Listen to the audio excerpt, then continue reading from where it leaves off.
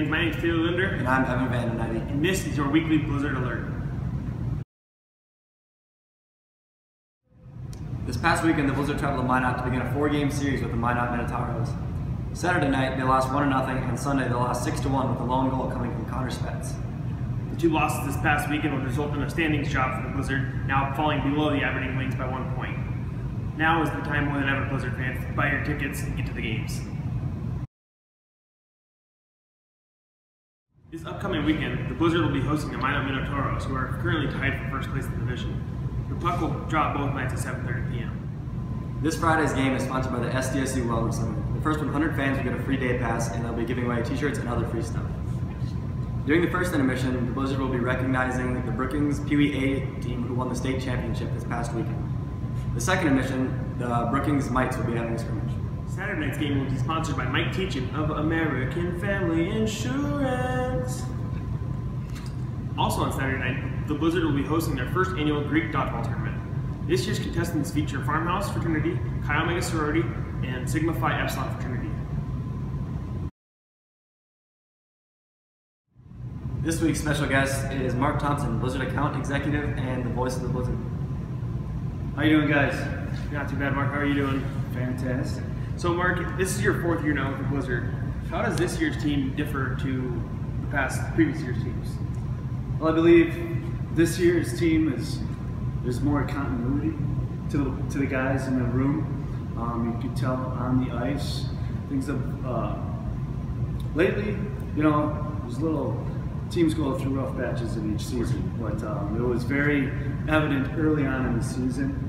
When they got off to a pretty good start, they had a great November, but you could tell the continuity is a lot better, getting along, and it shows on the ice. So being a junior hockey team, you guys travel a lot. What's it like being on the road?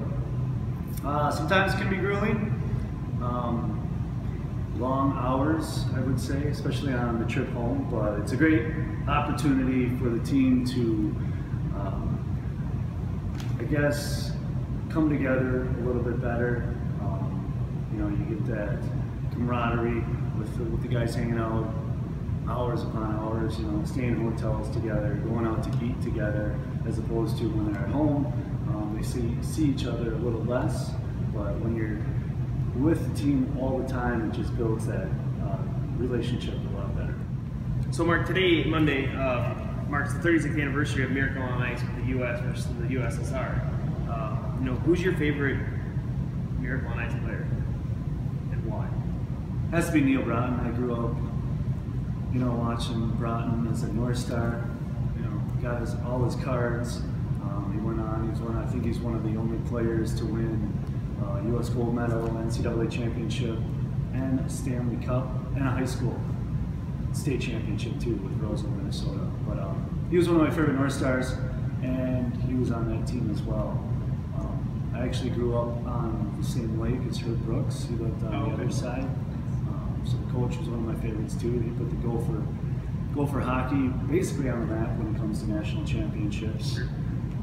But yeah, what a great story. That changed even the NHL and hockey in general big time when it comes to popularity.